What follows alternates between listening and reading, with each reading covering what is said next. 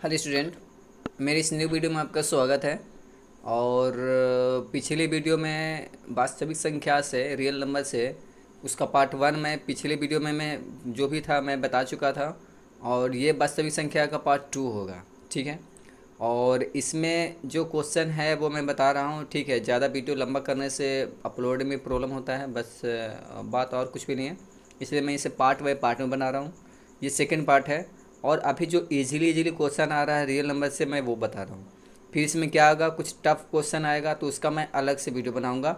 उसमें बस ऊपर से ही लिखा रहेगा, वास्तविक संख्या के ऊपर से ही किसी में जो भी है कुछ टफ ऐसा कुछ लिखा हुआ रहेगा, जिससे आपको पता चले कि ये टफ क्वेश्चन है वास्तविक संख्या से, ठीक है। तो मैं उसे अलग वीडियो में बनाऊँगा, ठीक है। और मैं जितना बता रहा हूँ वास्तविक संख्या से, अभी ये पूरा नहीं हुआ है, बल्कि अभी अभी शायद 2 से 3 वीडियो बने, यानी 2 से 3 टाइप अभी और बने पार्ट, ठीक है।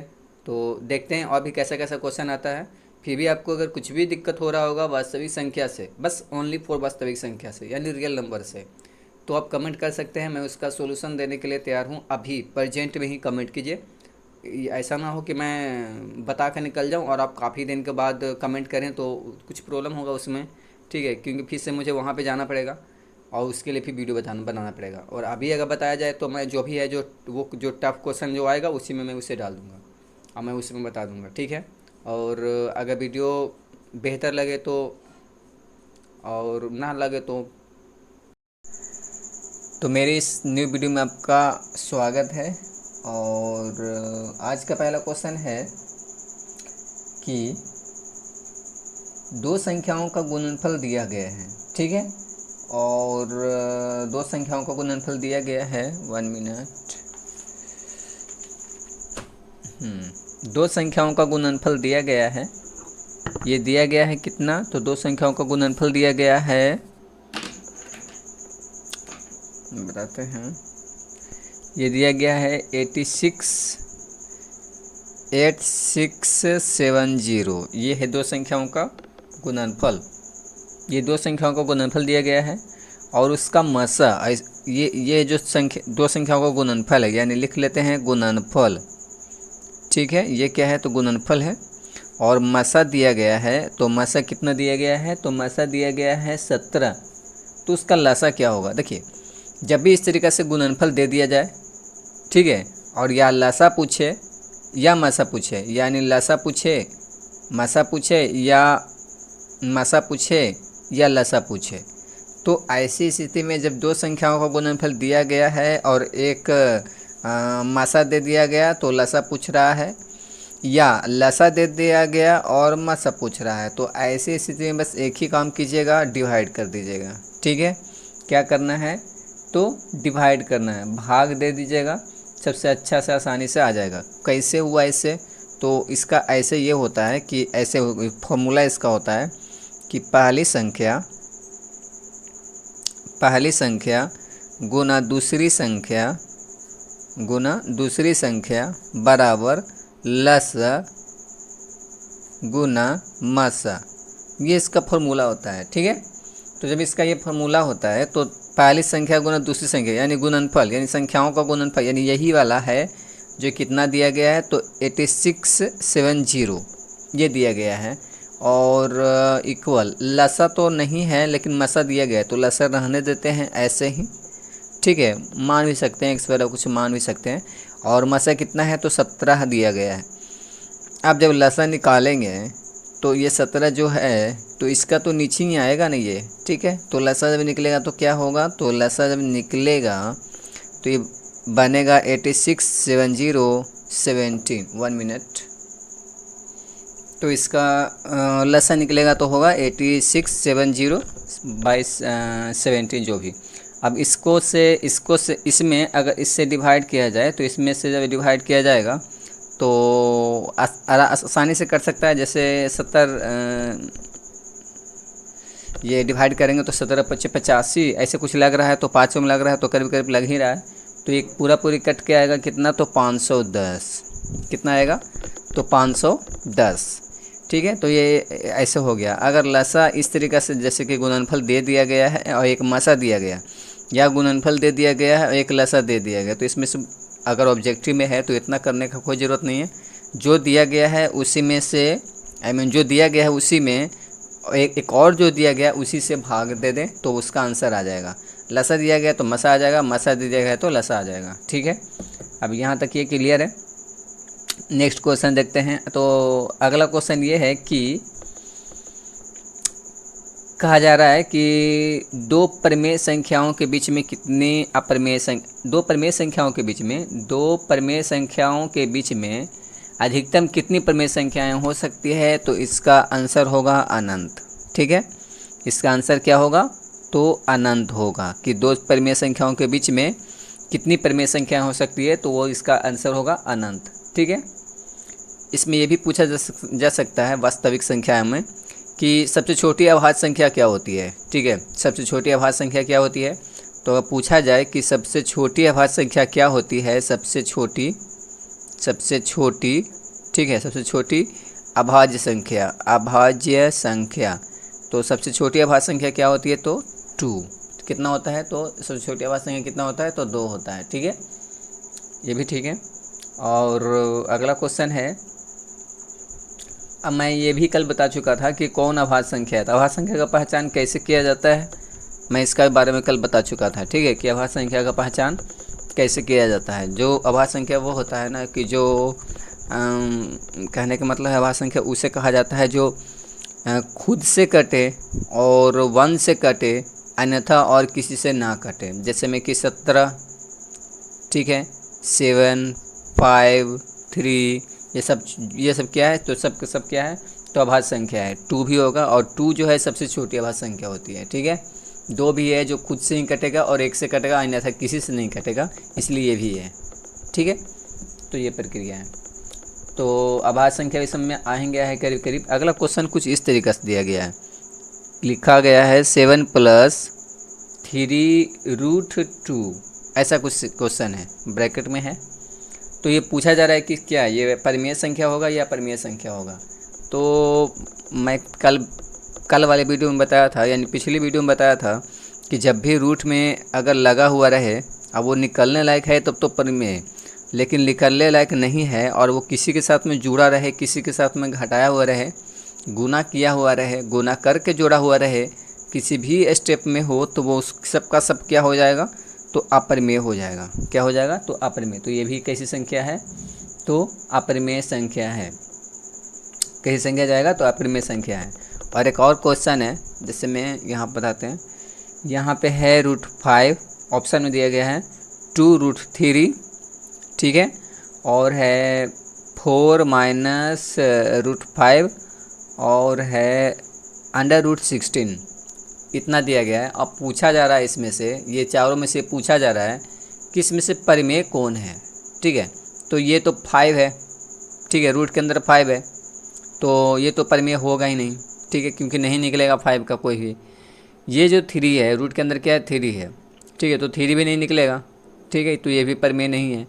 मैं क्या बोला कि कभी भी अगर अपरिमेय संख्या हो और किसी के साथ में घटाया हुआ रहे, किसी के साथ में जोड़ा हुआ रहे, किसी के साथ में गुना किया हुआ रहे, किसी के साथ में डिवाइड किया रहे, तो सब का सब क्या होता है? तो अपरिमेय होता है। तो ये घटाया हुआ है, तो ये भी क्या होगा? अपरिमेय होगा। अब यहाँ पे क्या है कि √16 है और इसका आसानी से निकल सकता है 4, यानी 16 को लिखा जा सकता है 4 × 4। तो जब डबल बार में इस तरीके से लिखा जाता है तो वो परिमेय होता है। जैसे कि ऐसे है, जैसे 16 है ना, तो 4 × 4, तो ये तो डबल बार लिखा गया। तो डबल बार लिखा गया तो समझ लीजिए कि जो 16 है ना, 16 को ही डबल बार लिखा गया है। ठीक है, तो जो 16 है वो क्या है? तो परिमेय है। अब निकलेगा कितना? तो डबल बार इसको 4 में लिख दिए, तो इसका एक वो 4 निकलेगा। तो ये इसका आंसर आया। तो यानी परिमेय संख्या कौन है? तो √16 जो है क्या है? परिमेय संख्या है। ठीक है, यहाँ तक इतना क्लियर है। और एक अगला क्वेश्चन ये है कि अगला क्वेश्चन कुछ इस तरीके से दिया गया है। अगला क्वेश्चन ये है कि ऐसे कुछ दिया गया है क्वेश्चन, जिसमें क्वेश्चन में है कि किसी पूर्णांक m के लिए सम संख्या का रूप होगा। जैसे कि m कोई पूर्णांक है, ठीक है, m क्या है? तो ये जो m लिखे हैं ये कोई पूर्णांक है। ये क्या है? तो ये एक पूर्णांक है। और अगर m एक पूर्णांक है तो इसके लिए सम संख्या का रूप क्या होगा, कौन सा होगा सम संख्या के लिए रूप। ये कुछ ऑप्शन में दिया गया इस तरीक़ा से, ठीक है। तो ऑप्शन में कुछ इस तरीक़ा से दिया गया है, यहाँ तक बी तक ही दिख रहा है क्या, 1 मिनट, इधर बताते हैं, ठीक है, यहाँ बताते हैं। तो m तो कोई m क्या है, तो m है जो कोई सम संख्या है, ठीक है, m कोई सम संख्या है, सम संख्या। और जब m कोई सम संख्या है तो इसका ऑप्शन में दिया गया है a b c d में, जो भी ऑप्शन में कुछ इस तरीके से दिया गया है कि कौन जो होगा जो सम संख्या के रूप का होगा। जैसे ऑप्शन में इस तरीके से दिया गया है, और दिया गया है क्या, तो दिया गया है, इसमें दिया गया है m + 2, ठीक है, 2m + 1 और 2m, और एक और है 2m - 1, ये कुछ इस तरीक़े से है। तो कौन जो है, जब मान के चलिए कि m जो है क्या है, मान के चलिए m जो क्या है, तो m जो दिया गया है कि m जो है वो है m किसी पूर्णांक m के लिए सम संख्या का रूप क्या होगा। ये जो m है जो कोई पूर्णांक है, और तब ये जब पूर्णांक है तो बोला जा रहा है कि जो इसमें जो 4 गो ऑप्शन है तो इसमें से सम संख्या का रूप कौन सा होगा, ठीक है, m + 2, 2m + 1, 2m या 2m - 1, कौन सा होगा सम संख्या का रूप, ठीक है। तो सम संख्या का रूप कौन सा होगा, तो वैल्यू रखते हैं, जैसे कि m = 1 रखें, तो यहाँ पे अगर m = 1 रखते हैं यहाँ पे, तो 1 रखेंगे और 2 जुड़ेगा तो हो जाएगा विषम, ठीक है, तो ये तो नहीं हुआ। अब इसमें रखते हैं, अगर 1 रखते हैं इसमें m के जगह पे, तो 2 और मतलब कि 1 रखते m = 1 रखेंगे, तो 1 रखेंगे यहाँ पे, तो 2 एकम 2 और +1 यानी हो जाएगा 3, तो ये भी हो जाएगा विषम। अब इसको देखते हैं कि अगर इसमें से 1 रखते हैं, ठीक है, इसमें कितना रखेंगे, 1 रखेंगे, तो हो जाएगा 2 एकम 2 यानी 2 हो जाएगा, यानी सम हो जाएगा। अगर 2 भी रख के अलग भी रख के देखते हैं, जैसे 2 भी रखेंगे तो 4 हो जाएगा, 3 रखेंगे तो क्या हो जाएगा, तो 3 रखेंगे तो 6 हो जाएगा, यानी ये हमेशा ही सम आ रहा है। यानी यही है जो 2m का जो रूप होगा तो वो होगा किसके लिए, तो सम संख्या के रूप के लिए, ठीक है। जैसे m कोई पूर्णांक है, धन पूर्णांक है, तो सम संख्या का रूप क्या होगा, तो 2m। x कोई पूर्णांक है तो सम संख्या का रूप क्या होगा, तो 2x। n कोई पूर्णांक है तो सम संख्या का रूप क्या होगा, तो 2n, इस तरीके से, ठीक है। तो देखते हैं अगला क्वेश्चन। तो अगला क्वेश्चन इसमें यह है कि 0 और 50 के बीच विषम संख्याओं की संख्या क्या है, कितना से कितना, तो 0 और 50 के बीच में, ठीक है, मतलब 0 बीच में नहीं बल्कि 0 से 50 के बीच में, ठीक है, 0 से 50 तक ही मान लीजिए, 0 से 50 तक में, ठीक है, कितना सम संख्या और कितना विषम संख्या है। 0 से 50 तक में कितना सम संख्या और कितना विषम संख्या है। तो इसमें यह है कि 0 से 50 तक में कितना सम संख्या और कितना विषम संख्या है, ये बात पक्का है। जैसे हम 1 से काउंटिंग करते हैं पहले 5 तक, 10 तक, तो अगर 1 से काउंटिंग करते हैं तो 1 2 3 4 5 6 7 8 9 और 10। अगर 1 से 10 तक ही पहले चलते हैं, फिर आगे फिर बढ़ जाएंगे, तो 1 से 10 तक किए तो 1 क्या हुआ, विषम, विषम को मैं घेरा लगाता हूँ, विषम, ये विषम और ये भी विषम है और ये भी विषम है, तो कितना विषम आया, तो 1 2 3 4 5, 10 तक में 5, सम कितना है, तो 1 2 3 4 5। यानी कह सकते हैं कि अगर 10 तक लेते हैं तो इसमें से 50% सम और 50% विषम, इतना। तो इसी तरीके से अगर 20 तक लेंगे तो फिर से 10 क्या होगा, सम और 10 होगा विषम। उसी तरीके से 30 तक लेंगे तो 15 सम और 15 विषम। अब उसी तरीके से 50 तक लेना है तो 25 होगा सम, ठीक है, 25 क्या होगा, सम, 25 ऐसा संख्या होगा वो होगा सम, और 25 एक ऐसा संख्या होगा वो निकलेगा विषम में, ठीक है। तो ये भी समझ में आ गया होगा सम और विषम का फंडा जो भी है, ठीक है। अब आगे बताते हैं आगे क्या है।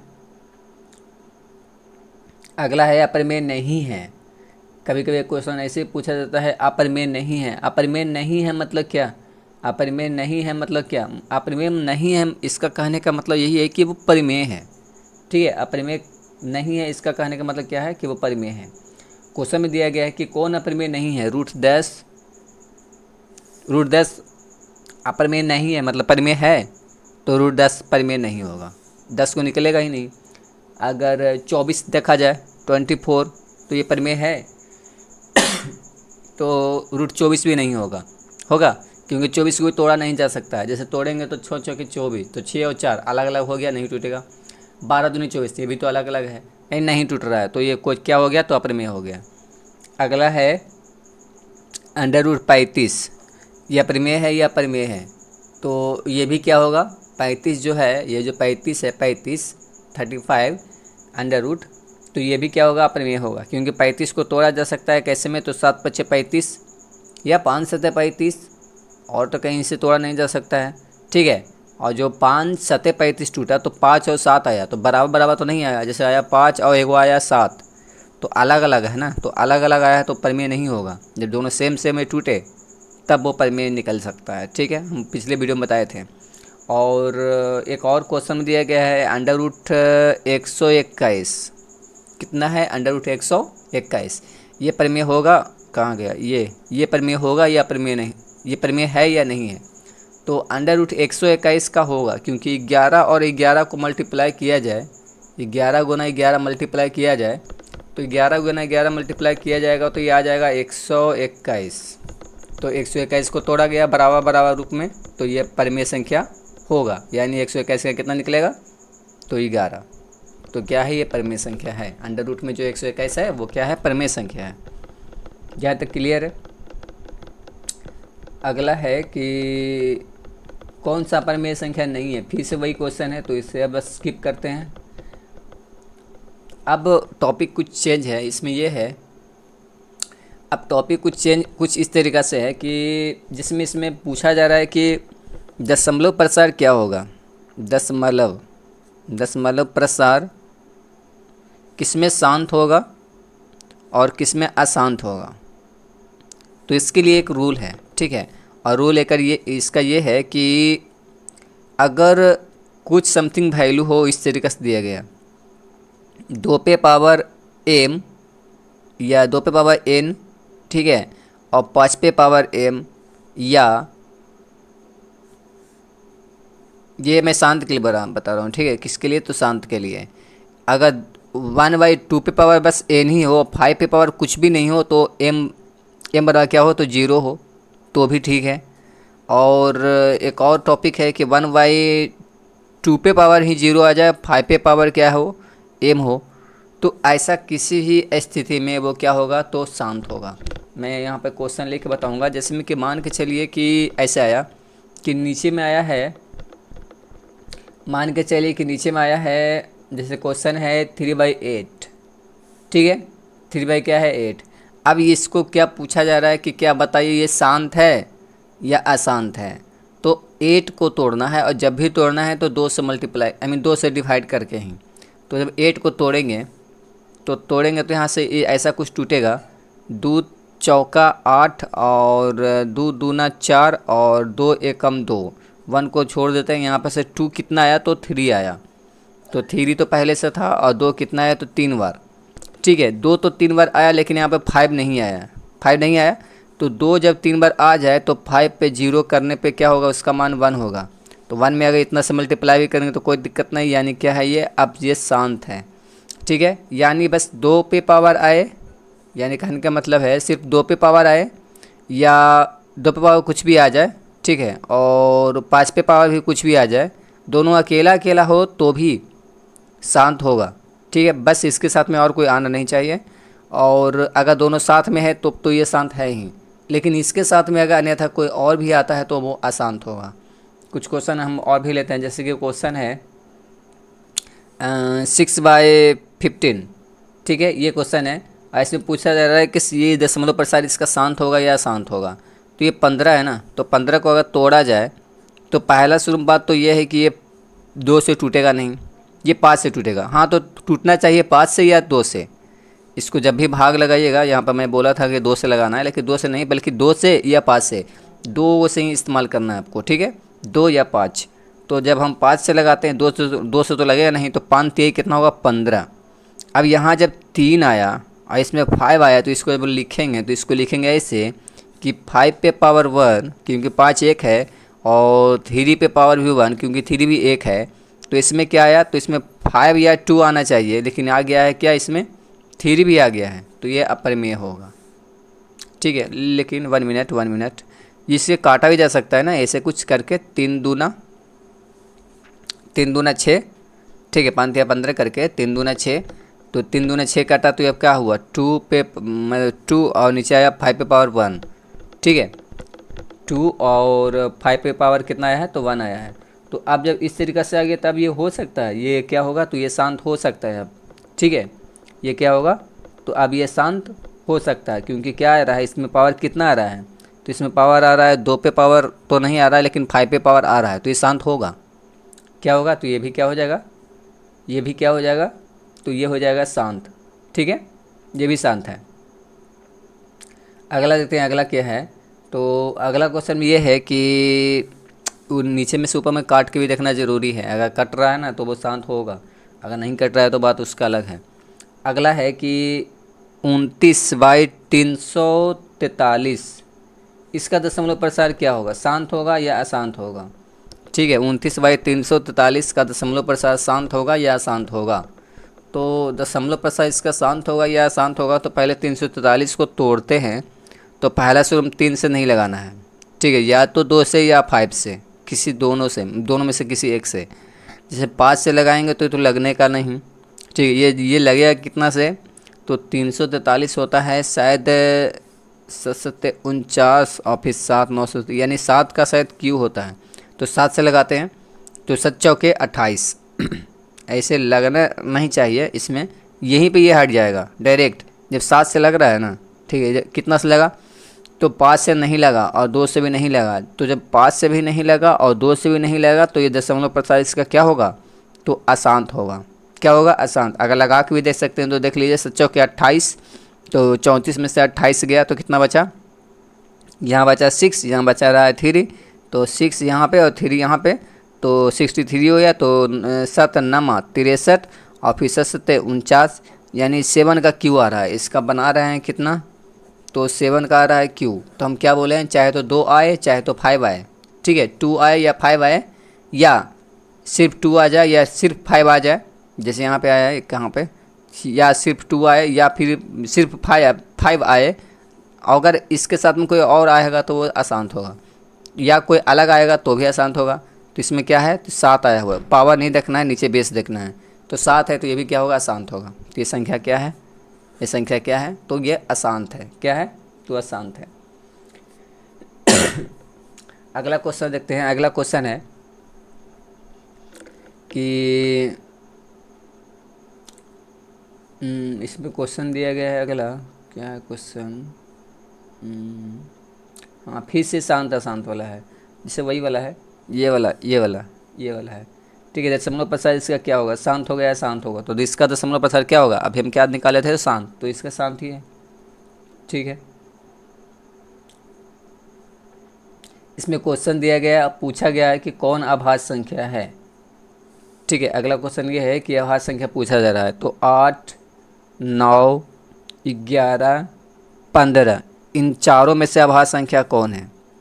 तो ये तो अभाज्य संख्या नहीं है, कटने लायक है, ये भी कटने लायक है, ये भी कटने लायक है, बट 11 जो है वो नहीं कटने लायक है। ठीक है, नहीं कटने लायक है, तो ये क्या होगा, 11 क्या होगा, अभाज्य संख्या होगा। ठीक है, क्लियर ये भी। अब इसका नेक्स्ट में पूछा जा रहा है कौन अपरिमेय संख्या है, अपरिमेय है, कौन अपरिमेय है, यानी इसमें सारे के सारे अपरिमेय दे रहा होगा, एक अपरिमेय दे रहा होगा। तो इसमें अपरिमेय में चुन के डायरेक्ट बताता हूँ। इसमें दिया गया है 3/5 अंडर रूट, तो 3/5 का अंडर रूट में है, तो ये क्या है, तो अपरिमेय संख्या होगा, क्योंकि यहाँ पे 3 का भी रूट से बाहर नहीं निकलेगा और 5 भी क्या है, तो रूट से बाहर नहीं निकलेगा। तो ये दोनों क्या होगा, तो मतलब पूरा में जो भी है वो एक बना हुआ है, पूरा एक साथ में है, तो ये अपरिमेय होगा। ठीक है, अगला फिर से क्वेश्चन है कि 4 - √3 क्या है, अपरिमेय है या परिमेय है। तो मैं बताया था, मैं फिर से बता रहा हूँ, मैं फिर ये बताया था, क्या बताया था, तो मैं ये बताया था कि जैसे कि √3 है ना, अगर √3 किसी के साथ में जुड़ता है किसी के साथ में घटता है, किसी के साथ में मल्टीप्लाई होता है, या किसी के साथ में डिवाइड होता है, या इसी को डिवाइड किया जाता है, या ये किसी को डिवाइड करता है। ठीक है, तो ये सब स्थिति में क्या होगा, तो अप्रमेय होगा। क्या होगा, ये सब स्थिति में क्या होगा, तो अप्रमेय होगा। ठीक है, तो कैसी संख्या होगी, अप्रमेय संख्या होगा। ठीक है, तो ये इसका वीडियो का मैं पार्ट 2 बता रहा था। ठीक है, अभी इसमें काफ़ी 1 मिनट देखते हैं कितना मैथ है। चैप्टर इसका काफ़ी अभी लंबा है। ठीक है, अभी मैं 2 पेज भी ख़त्म नहीं कर पाया हूँ।